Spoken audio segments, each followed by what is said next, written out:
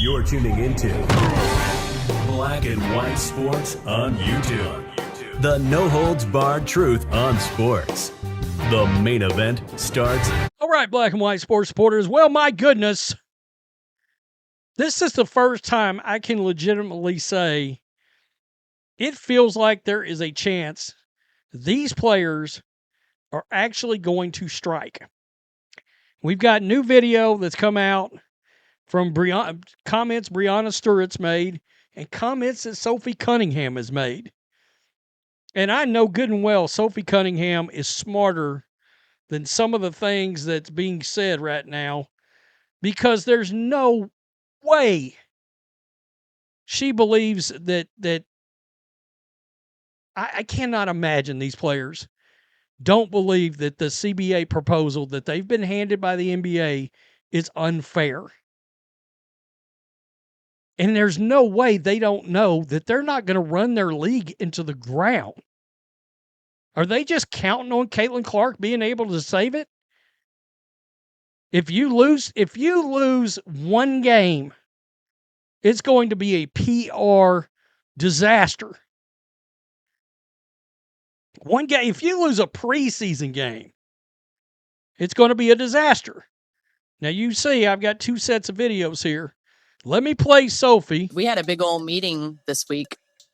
And? Negotiations are in process. To get things moving? In hopes of getting it moving, because it has not been moving at all. Both sides are kind of getting, frustrated, but I know us players are holding our ground, so it should be interesting. At the end of the day, depending on where these negotiations go, if you give these players what they want, you're going to get all the best players. Therefore, you're going to win. Therefore, your ticket sales are going to be up. Everything's going to be up. But that's what these negotiations are, is finding where that middle is. Yeah. It sucks because it's how our negotiation, how that's going, it's we're the laughing stock of sports right now. I don't think that that's true, though, because you guys are in this point because things are so different than they have been. The reason no one knows what the fuck to do is because the WNBA the last 3 years has been on a whole new level than it ever was, so people are confused. Anytime you're in a position of leadership, yes, but just in a position to influence and empower other people, for some reason our league doesn't do that. Everyone wants to be the star. Our commissioner right now,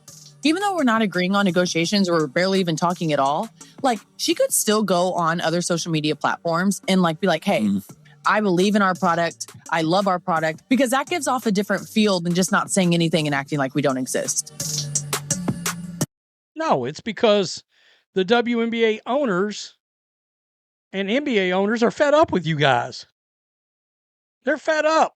I did a video yesterday evening where we found out that if certain growth markers are hit, the max players are staring at $2.4 million in 5 years.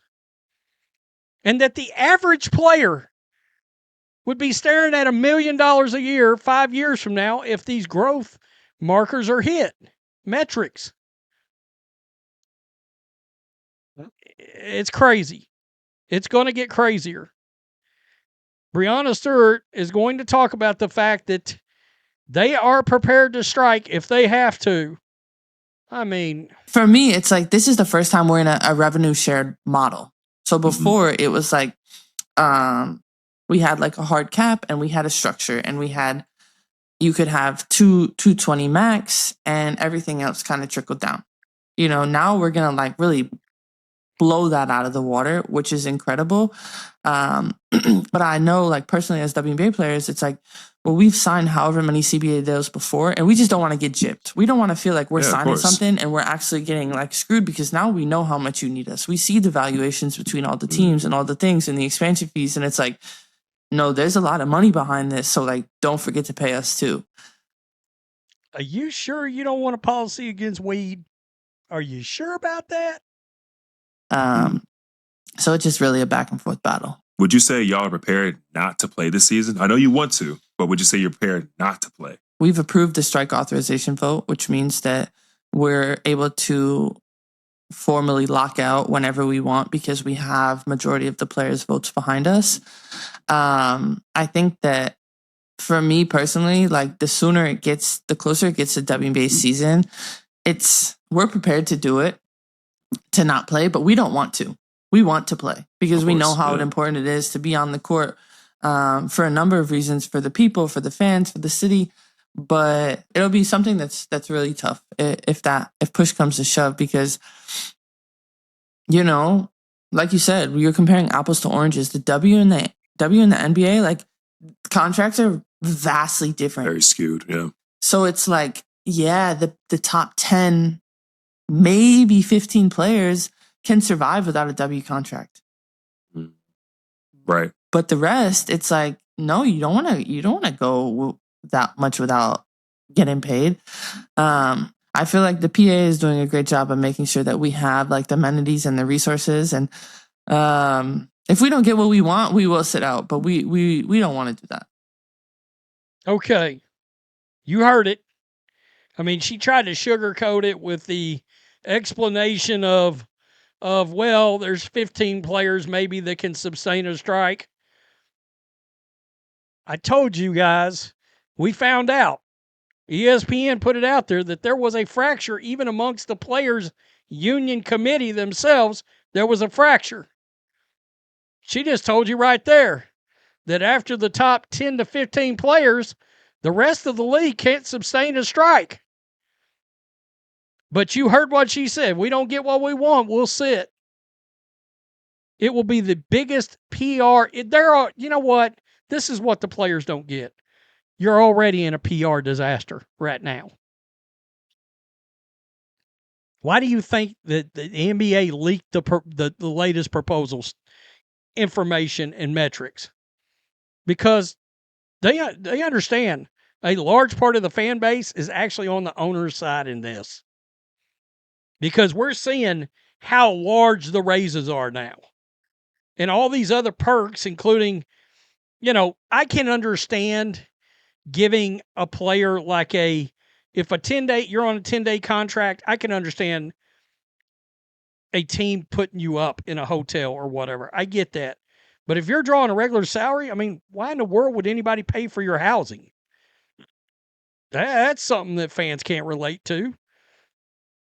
Especially if you're making an average contract that is, $500,000 a year, and eventually might become $1 million a year for an average contract.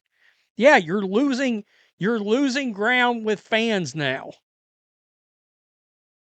And we've said, well, if they go on strike, it's going to be very interesting to watch the chaos of a certain section of players all of a sudden being like, we want to play.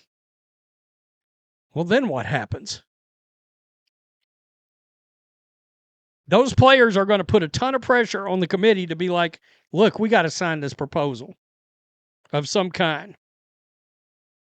We got to sign it. We got to get back in there. We got to play basketball. But I'm telling you right now, the players don't understand that the longer they wait, the worse this is going to look from a public perception standpoint.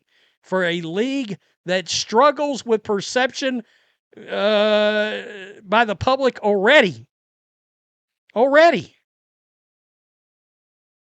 Again, you're a league that's known for two things. Caitlin Clark is your biggest star by far and your revenue generator. The other thing is the NBA has financially supported a league and kept it in business. It's never turned a profit.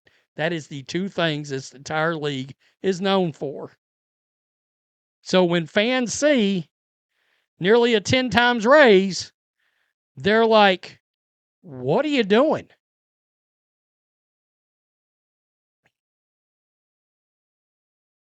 We're prepared to strike. Every time that is uttered by a player, or they put it a different way, we're prepared to do whatever it is we have to do. Every time that's uttered, they look worse. Every single time. And they're pissing off fans right now, too. I mean, just to be real. Oh, but they're not pissing off the old hardcore fans. Nobody cares. There's 3 times of us new fans versus that little subsection of old fans. They're in the minority now. They're little bitty now. So they better not be caring about those fans. It better be the new ones they're cared about. That, by the way, are sports fans and our attention could get drawn back to a different sport real fast. Then you ain't making no money. Tell me what you think. Peace. I'm out.